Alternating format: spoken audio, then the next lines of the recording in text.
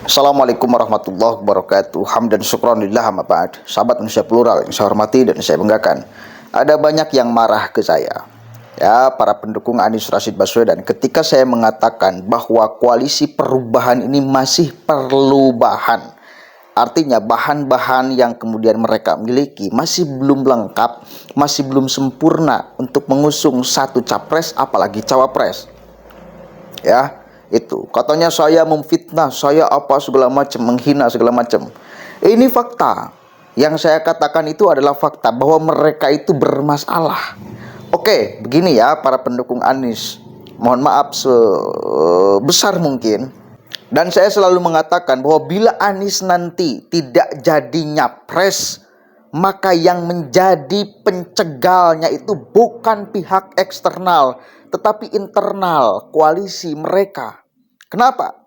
Logikanya sangat sederhana. Bila iman politik ketiga partai ini kuat untuk mengusung Anies, maka nggak usah menghiraukan apapun bisikan-bisikan bising dari luar.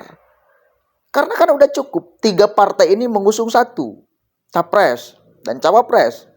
Maka bila nanti ternyata tidak jadi nyapres, jangan salahkan orang lain, salahkan iman politik ketiga partai ini. Nih, kalau ente menganggap bahwa saya ngarang, ini yang ngomong Refli Harun, masih baru dia ngomong beberapa jam ke belakang. Dia jujur-jujuran, dia belak-belakan bahwa ketiga partai ini bermasalah, bahwa koalisi perubahan ini bermasalah. Oke, ya. Kalau Anda mau bukti nih, saya akan tayangkan ucapan Refli Harun. Biar saya yakin kalau Refli yang ngomong gak berani menggugat kan? Iyalah, dia timnya Anies. Corong suara Anies itu salah satunya di Refli Harun. Nih dengarkan nih. Bukan fitnah, saya nggak fitnah. Ini fakta. Kita dengarkan sama-sama saudara. Refli Harun yang ngomong. Ya. Sebelumnya seperti diberitakan Kompas TV, Nasdem disebut ogah mengusung AHY menjadi cawapres Anies Baswedan.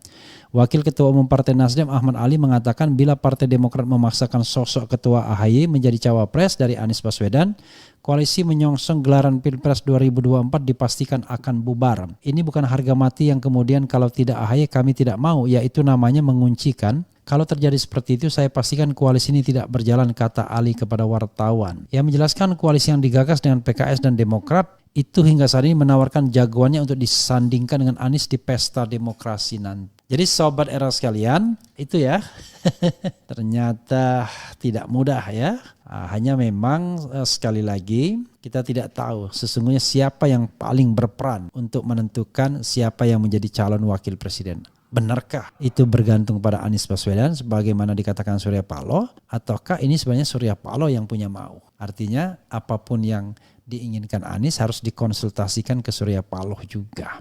Jadi sobat era sekalian, ini satu titik di mana koalisi ini punya masalah, tetapi mudah-mudahan bisa berjalan secara baik ya.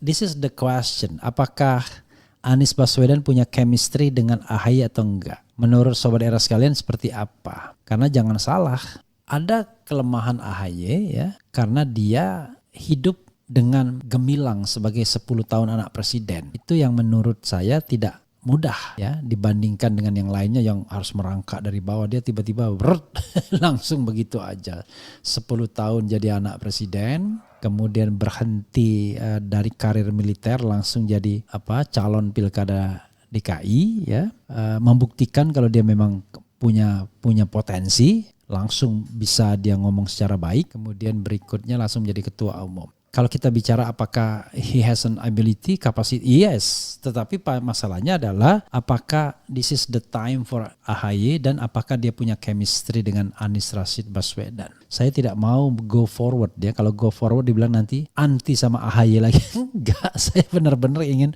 membahasnya dari sisi plus dan minusnya ya. Sebagai contoh misalnya Anies menghendaki chemistry. Nah saya kalau membayangkan kalau chemistry belum tentu dia suka dengan Gatot Nurmantio. Kenapa? Karena Gatot jauh lebih senior dibandingkan dia. Mungkin kalau sama AHY dia masih punya selera yang sama dengan runtang-runtung ya. Selera anak muda lah. Kira-kira begitu. Selera generasi X ya. Kan generasi terbanyak ini XYZ, sementara Gatot ke sana itu generasi di luar X.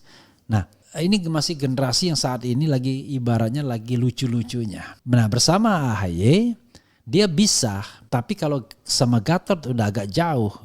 Karena Gatot usianya sudah 60-an. Rizal Ramli apalagi lebih senior lagi. Tapi kan politik kan kita tidak tahu. Hovifah lebih... Oke, jelas? Nerima nggak Anda kalau Repli yang ngomong? Hah? Nerima kan? Iya dong, mestinya berdoa sama kayak Repli. Mudah-mudahan permasalahannya cepat usai segala macam. Kita hanya membicarakan fakta.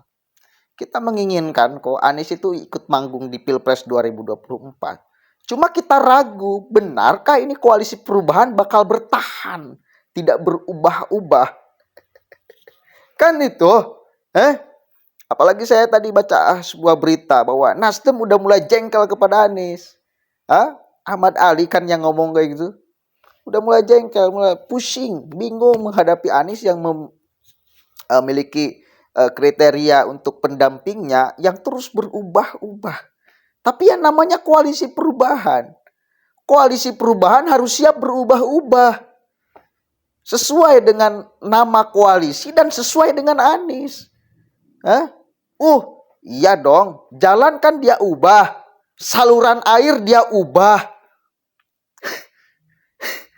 Kan itu memang kebiasaan Anies itu mengubah. Maka sangat cocok sekali membuat koalisi perubahan yang mengusung orang yang selalu berubah-ubah, yang tidak konsisten. Kan itu. Jadi mestinya bersyukur. Nasdem juga mestinya bersyukur. Kemudian mengusung Anies dengan nama koalisi perubahan. Karena memang faktanya berubah-ubah. Kalau bikin pusing sedikit ya itu resiko yang mesti diterima. Ya. Jangan tidak terima. Sekarang calon kriteria Anies kan berubah-ubah. Awalnya ada 5 kriteria, lalu menjadi 3, lalu menjadi 0, 0. Pusing kan? Tapi ya itulah, makanya nama itu menjadi doa. Hati-hati, nama itu menjadi doa. Namanya perubahan ya otomatis bakal terus berubah-ubah. Jadi begitu ya, kepada para pendukung Anies Rashid Baswedan mohon jangan marah-marah, jangan sentimen dulu. Lihat apa yang diucapkan oleh Bang Repli Harun. Juga sama seperti apa yang kita ucapkan, seperti apa yang kita sampaikan. Makanya jangan terlalu euforia tinggi banget gitu loh. Karena masih belum jelas ini benar-benar gak bakal nyapres Anies atau tidak gitu loh. Hati-hati. Kalau keinginan, kalau harapan tidak sesuai kenyataan dan kemudian harapan itu terlalu tinggi, takut-takutnya mengganggu stabilitas berpikir. Begitu aja pesan saya, ini momen politik loh. Kita harus hadapi dengan riang gembira. Ya. Begitu.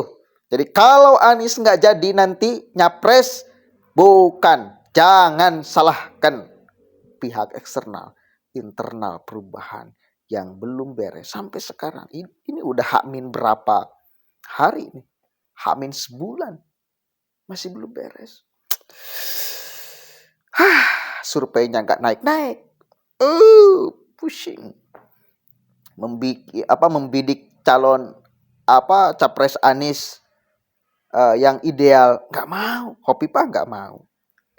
Udah jelas terang-terangan ya. Hovifah nggak mau. Nasdem yang ngomong, Mbak Yeni masih terus diintip dan saya yakin nggak mau. Mahfud MD nggak mau. Aduh, kasihan. Nggak mau tokoh-tokoh ideal, tokoh-tokoh bagus ini, barang-barang bagus ini nggak mau semua mendampingi Anies. Ya tinggal apalagi sih? Tinggal sisanya AHY dan Novel Bakmumin. Mau cari siapa lagi? Tinggal sisanya AHY dan Novel Bakmumin. Kalau tidak AHY, Novel Bakmumin. Biar adil ke semuanya. Saya sepakatlah Novel Bakmumin. Dia punya masa 130 juta orang. Mudah-mudahan ada manfaatnya begitu ya. Assalamualaikum warahmatullahi wabarakatuh.